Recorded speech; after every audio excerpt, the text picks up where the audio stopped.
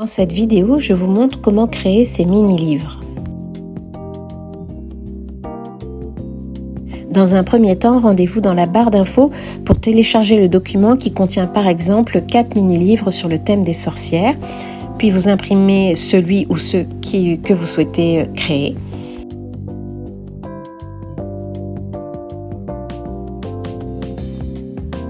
Rendez-vous sur un tapis de découpe. Nous allons commencer par un pliage. Donc suivez bien, on plie d'abord dans le sens de la hauteur, puis dans le sens de la largeur ou le contraire.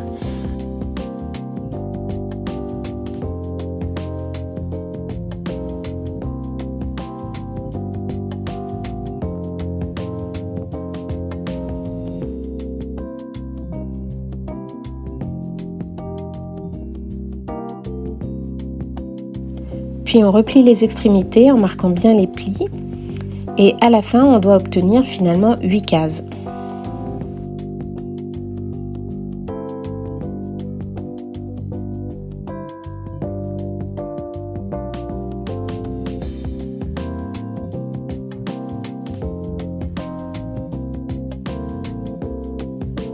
Puis nous allons procéder à une découpe comme montré sur l'image.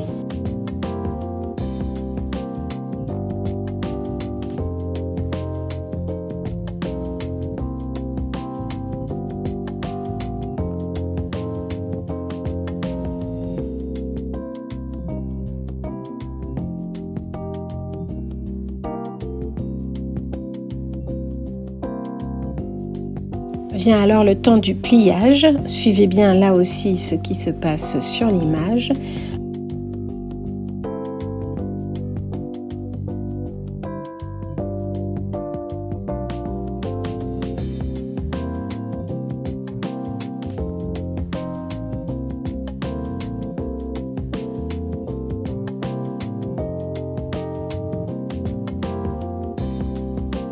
Et voilà, le mini-livre est prêt. Moi, j'aime bien le coller pour le consolider.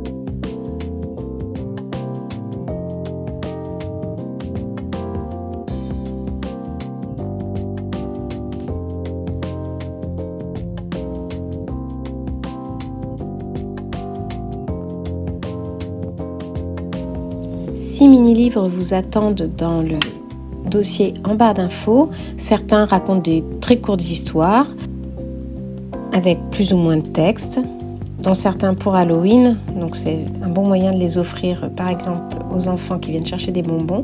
D'autres s'intéressent un petit peu au vocabulaire des onomatopées sur les émotions.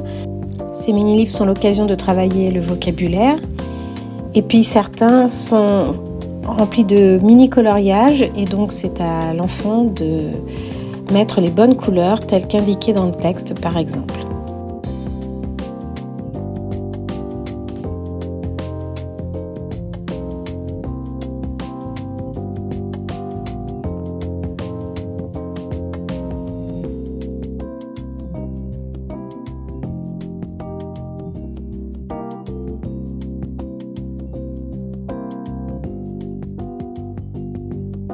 Vous pouvez aussi photocopier ou imprimer ces livrets sur une feuille A3 et fabriquer des carnets vierges à partir de feuilles blanches. Ici, on voit un format A3 pour former un petit cahier de feuilles blanches.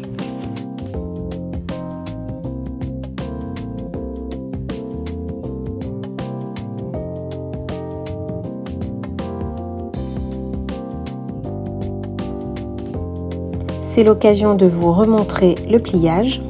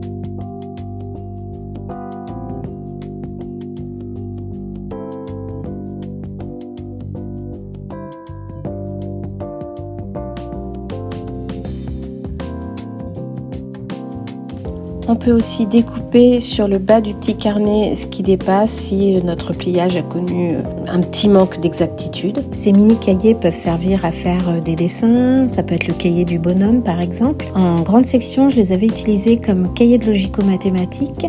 À l'issue de chaque séance de manipulation, les enfants laissaient une trace de ce qu'ils avaient appris pendant la séance. Ils reproduisaient par exemple un rangement par taille de bande de papier ou le dessin de tours réalisé avec des cubes ou encore la représentation d'une situation problème de distribution.